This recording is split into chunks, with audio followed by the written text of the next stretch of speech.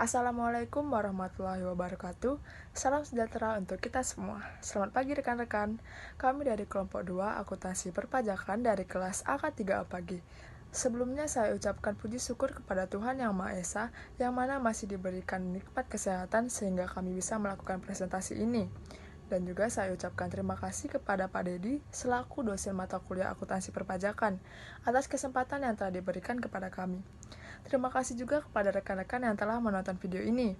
Untuk beberapa menit ke depan, kami akan menjelaskan materi tentang akuntansi perpajakan untuk berbagai bentuk usaha. Kali ini kami akan menjelaskan khususnya untuk koperasi. Sebelum masuknya ke pembahasan, izinkan saya memperkenalkan anggota dari kelompok 2. Yang pertama, saya sendiri, Atma Aulia Khalifah, dengan NIM 311200105. Dan rekan saya, Saya S. Aisyah Isnani dengan NIM 31120011013. Saya Marta Arya Silaban dengan NIM 31120011023. baik, langsung saja kita ke pembahasan yang pertama yang akan dijelaskan oleh rekan saya, S. Aisyah Isnani. Kepada Aisyah, saya persilakan. Baiklah, terima kasih kepada Atma. Saya akan menjelaskan materi yang pertama yaitu pengertian dan prinsip koperasi. Nah, menurut Undang-Undang Nomor 25 Tahun 1992, koperasi adalah badan usaha yang beranggotakan orang seorang atau badan hukum koperasi dengan melandaskan kegiatannya berdasarkan prinsip koperasi, sekaligus sebagai gerakan ekonomi rakyat yang berdasarkan atas asas kekeluargaan. Nah, prinsip koperasi menurut Undang-Undang Nomor 17 Tahun 2012 tentang perkoperasian terdiri dari 7. Yang pertama yaitu keanggotaan bersifat sukarela dan terbuka. Yang kedua yaitu pengelolaan dilakukan secara demokrasi. Yang ketiga yaitu pembagian sisa hasil usaha dilakukan secara adil sesuai dengan jasa usaha masing-masing anggota. Yang keempat, pemberian balas jasa yang terbatas terhadap modal. Yang kelima yaitu kemandirian. Yang keenam, pendidikan perkoperasian. Dan yang terakhir, ketujuh, yaitu kerjasama antar koperasi. Nah, untuk modal koperasi itu sendiri terbagi menjadi dua. Yang pertama yaitu modal anggota yang berasal dari simpanan pokok, simpanan wajib, simpanan sukarela, dana cadangan maupun sumbangan atau hibah. Dan yang kedua yaitu modal pinjaman yang berasal dari anggota koperasi atau usaha lainnya, bank dan lembaga keuangan lainnya, penerbitan obligasi dan surat hutang, dan lain-lain. Berikutnya, kita akan membahas mengenai koperasi sebagai subjek pajak. Nah, berdasarkan Undang-Undang tentang Ketentuan Umum dan Tata Cara Perpajakan, Pasal 1 Angka 3 dan Undang-Undang tentang Pajak Penghasilan Pasal 2 Ayat 1 huruf B, koperasi termasuk sebagai wajib pajak badan yang ditentukan untuk melakukan kewajiban perpajakan, termasuk pemungut pajak dan pemotong pajak tertentu. Secara umum, kewajiban perpajakan koperasi terdiri dari 6. Yang pertama yaitu mendaftarkan diri untuk mendapatkan nomor pokok wajib pajak atau NPWP ataupun nomor pengukuhan pengusaha kena pajak atau NPPKP. Yang kedua yaitu berkewajiban memotong pajak penghasilan pasal 21, pasal 23, pasal 26, pasal 4 ayat 2 dan pajak pertambahan nilai atau PPN. Yang ketiga yaitu berkewajiban menghitung pajak penghasilan badan atau pajak penghasilan pasal 29 dan pasal 25. Yang keempat yaitu menyetorkan dan melaporkan pajak penghasilan badan. Yang kelima, melakukan pemungutan pajak pertambahan nilai atau PPN. Dan yang keenam, melaporkan SPT masa, SPT tahunan, dan PPN. Nah, selanjutnya yaitu pengelompokan koperasi. Melihat jumlah omset yang didapatkan oleh koperasi, maka wajib pajak badan koperasi dibedakan menjadi 3, yaitu yang pertama, wajib pajak badan koperasi dengan omset di bawah 4,8 miliar rupiah per tahun. Yang kedua yaitu wajib pajak badan koperasi dengan omset lebih besar dari 4,8 miliar rupiah dan kurang dari 50 miliar rupiah. Dan yang ketiga, wajib pajak badan koperasi dengan omset lebih dari 50 miliar rupiah per tahun. Baiklah, sekian penjelasan dari saya. Selanjutnya akan dijelaskan oleh rekan saya, Marta Arya Silaban. Kepada Marta, saya persilakan.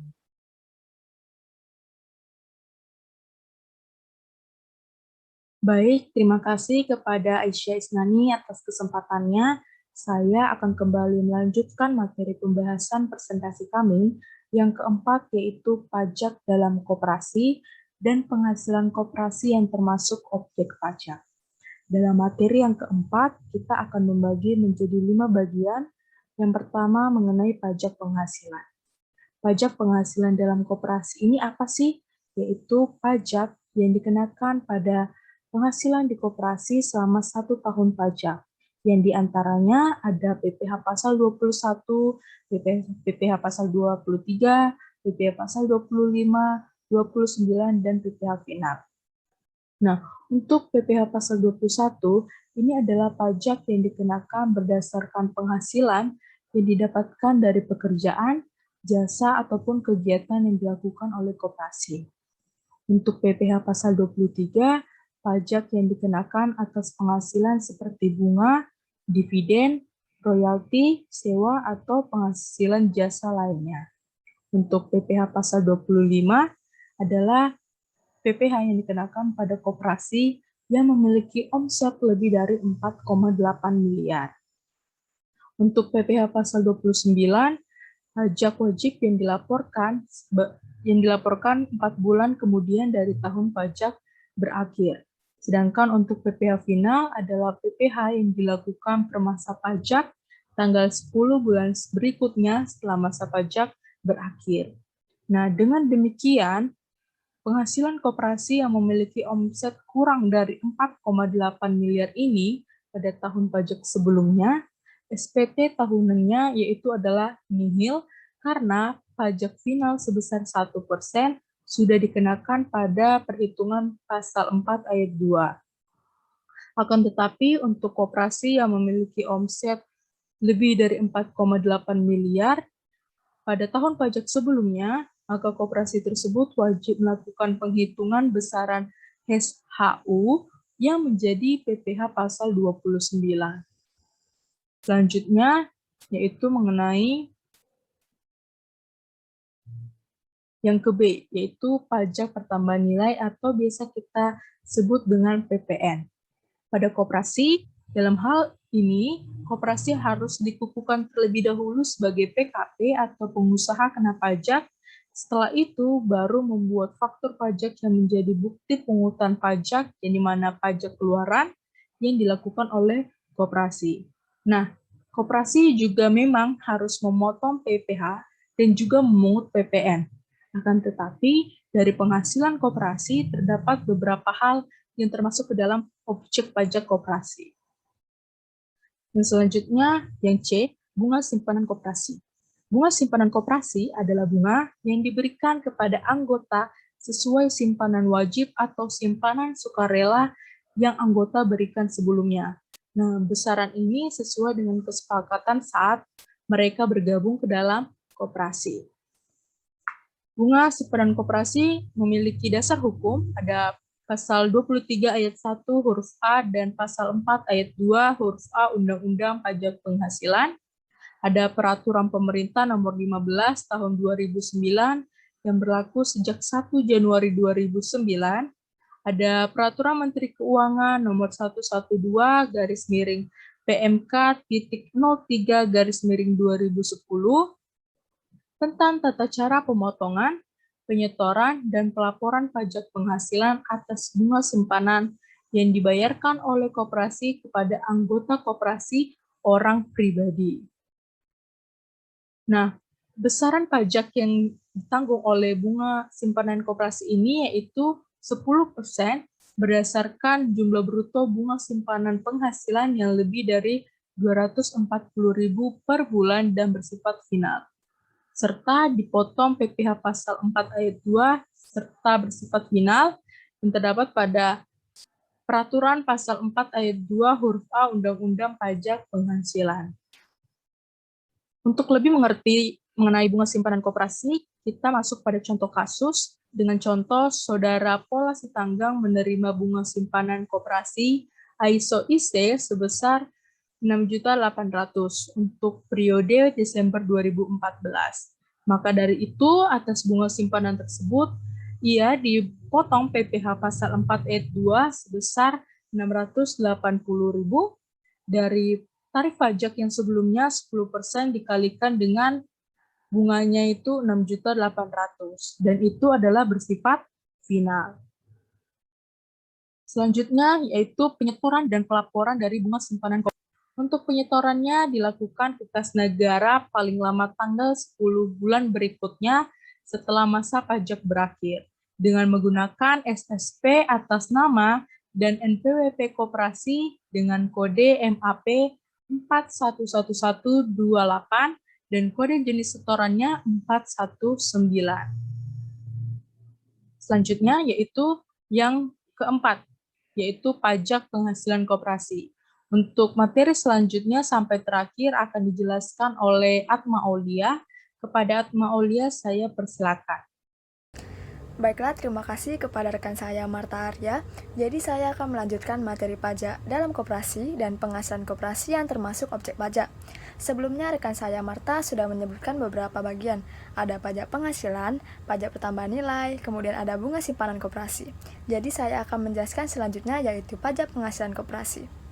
Untuk pajak penghasilan koperasi ini sendiri diatur dalam dasar hukum PPh pasal 4 ayat 1, kemudian pasal 17 ayat 1 huruf B, lalu pasal 25 dan pasal 29 Undang-Undang Pajak Penghasilan. Pada koperasi harus menghitung pajak penghasilan badan usaha yang termasuk subjek pajak badan. Nah, pertama-tama hitung terlebih dahulu penghasilan neto atau PKP koperasi. Nah, untuk rumus PKP-nya sendiri yaitu total penghasilan koperasi setelah dikurangi biaya-biaya tertentu. Selanjutnya, pendapatan bersih atau PKP yang tadi dikalikan tarif PPh-nya yaitu sebesar 25%. Selanjutnya, sisa hasil usaha koperasi. Nah, ketika menghitung pajak penghasilan, koperasi akan bertemu dengan sisa hasil usaha atau SHU. Nah, definisi SHU itu sendiri adalah surplus atau defisit hasil usaha selama 1 tahun buku pendapatan koperasi, setelah terjadinya pengurangan beban usaha. Nah, untuk dasar hukum SHU ini diatur dalam Undang-Undang Pajak Penghasilan pasal 4 ayat 1 huruf G dan diatur dalam PMK nomor 111 tahun 2010. Baik, selanjutnya penghasilan koperasi yang tidak termasuk objek pajak. Apa saja sih penghasilan koperasi yang tidak termasuk objek pajak? Yang pertama itu bantuan atau sumbangan yang diterima oleh koperasi sepanjang tidak ada hubungan dengan usaha, pekerjaan, kepemilikan, atau penguasaan. Yang kedua, harta hibahan yang diterima oleh koperasi sepanjang antara pemberi hibahan dengan koperasi tidak ada hubungan usaha, pekerjaan, kepemilikan, atau penguasaan. Nah, yang ketiga, sisa hasil usaha yang dibayarkan oleh koperasi kepada anggotanya yang tidak dipotong pajak. Yang keempat, pajak penghasilan atas bunga simpanan yang dibayarkan oleh koperasi kepada anggota koperasi orang pribadi. Sekian dari presentasi kami, itu saja yang bisa kami sampaikan. Kurang dan lebihnya kami mohon maaf. Terima kasih kepada rekan-rekan yang sudah menonton video ini. Saya tutup. Wassalamualaikum warahmatullahi wabarakatuh.